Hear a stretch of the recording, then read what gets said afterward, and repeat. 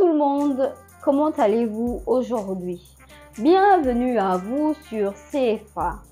C'est encore nous, Alexia et ce fidèle assistant Corée. Salut tout le monde. Donc, nous nous retrouvons aujourd'hui pour une nouvelle histoire fascinante. Aujourd'hui, il s'agit de l'histoire d'un jeune monsieur qui s'appelle Guy, qui va malheureusement attiser la haine de certaines personnes de son entourage, qui iront même jusqu'à lui faire du mal. Ouais, c'est comme ça. Comme on dit, l'homme est mauvais.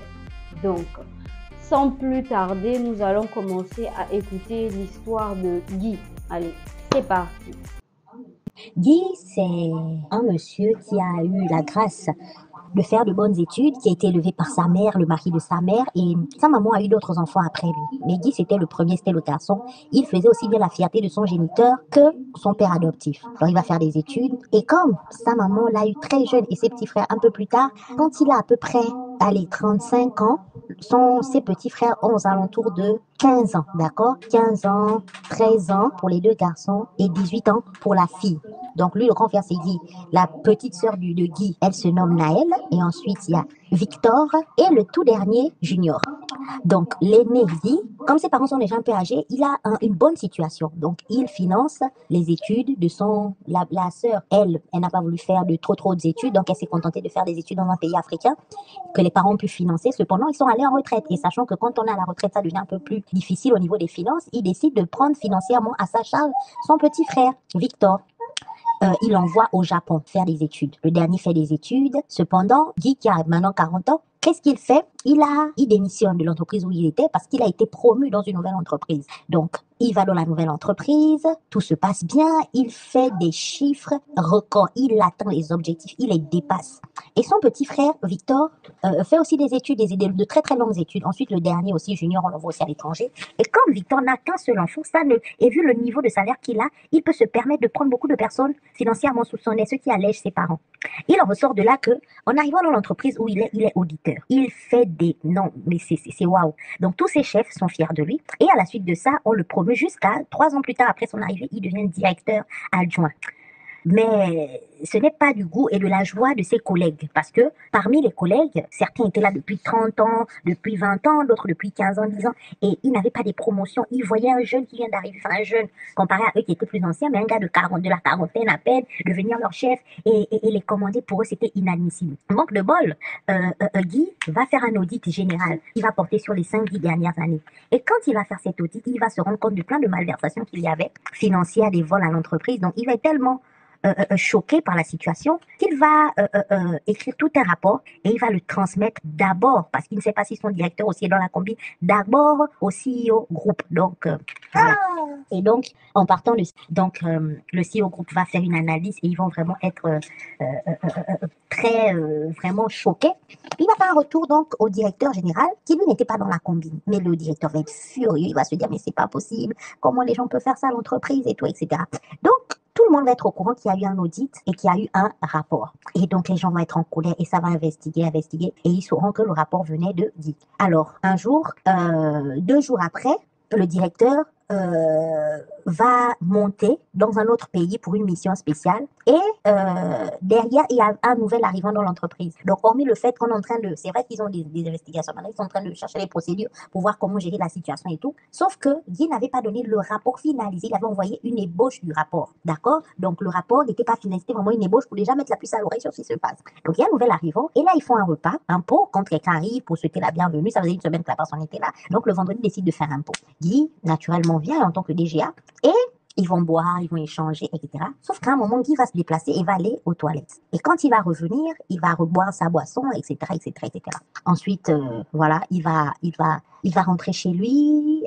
Des jours après, bon, il va finaliser l'audit parce qu'il restait encore quelques trucs qu'il pouvait faire un mois. Sauf que, on va dire, une semaine avant qu'il ne rende le rapport final, qui confirme et qui va vraiment confronter les gens dans leur position, il se sent mal. Il fait une attaque. Et quand on l'emmène à l'hôpital, les médecins ne comprennent pas. Donc, on va lui faire passer une batterie d'examen. Et à la suite de cette batterie d'examen, on va se rendre compte qu'il avait ingurgité un poison. Mon Dieu, ils ont carrément empoisonné le pauvre monsieur. Bon, déjà, ça ne me surprend pas vraiment parce que avec ce qui se dit là et tout, apparemment, il n'était vraiment pas aimé de ses collègues.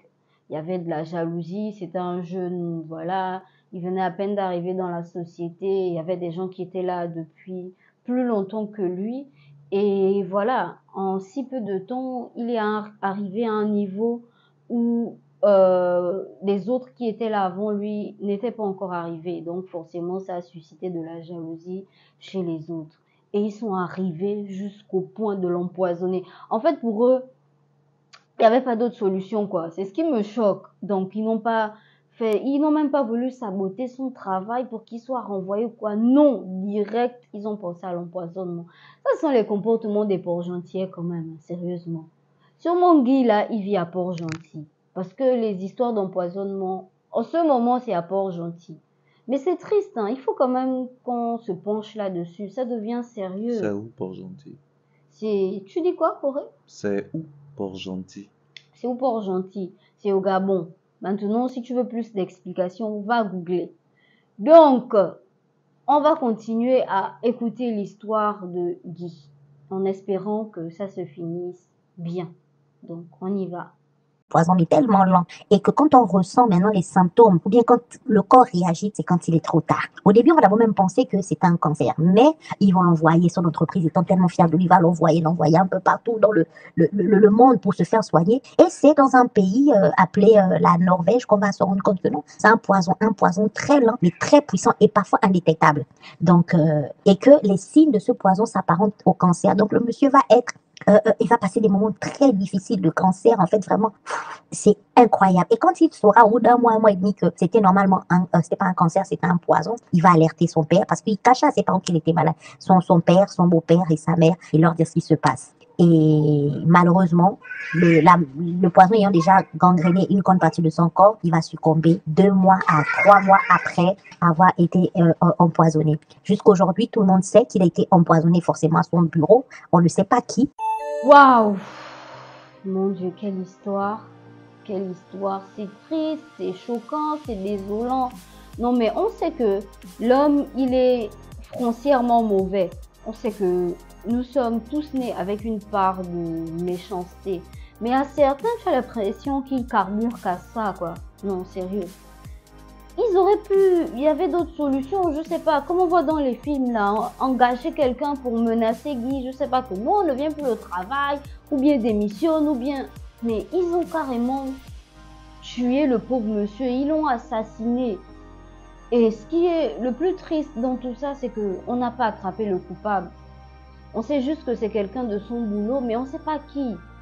C'est triste, c'est méchant, j'ai même pas les mots, quoi. Et sa famille. Et c'était un monsieur, il s'occupait de ses petits frères et sœurs. C'est juste horrible ce qui s'est passé. C'est vraiment méchant. C'est vraiment méchant. Encore une fois, je vous invite à être plus vigilants. Si tu vois qu'il y a des gens, ils sont un peu bizarres là et tout avec toi, mieux tu prends tes distances. Même quand tu prends tes distances, voilà Guy là, c'est pas comme s'il traînait avec ses collègues, ils étaient tout le temps, je sais pas moi, à chiller et tout. Non, ils ont quand même trouvé le moyen de l'éliminer. Non. En tout cas, voilà, c'était l'histoire de Guy. J'espère que chacun d'entre nous a retenu quelque chose. Comme d'habitude, la prudence n'exclut pas la méfiance. C'est ça? C'est ça, Corée? La prudence n'exclut pas le contrôle. Ok, apparemment, il y a plusieurs versions de ce dicton-là. Donc, rendez-vous très prochainement pour des histoires encore plus intéressantes. Vous savez comment ça se passe. Si vous voulez envoyer vos histoires sur la chaîne, il suffit de l'envoyer sur le numéro qui s'affiche à l'écran et puis voilà. Donc, n'oubliez surtout pas de liker la vidéo, de la commenter et de la partager massivement. Merci à vous d'avoir regardé et à bientôt. Bye!